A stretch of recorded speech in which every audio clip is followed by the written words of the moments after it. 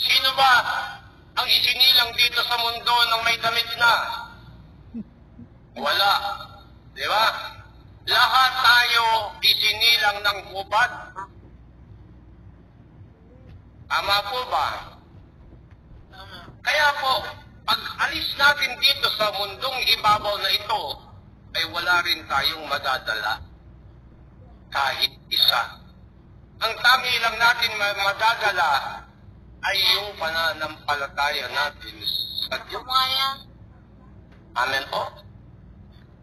Ayan po yung malaking katotohanan. Hindi natin kailangan magmalaki sa Diyos. Pagpakumbaba tayo sa Diyos.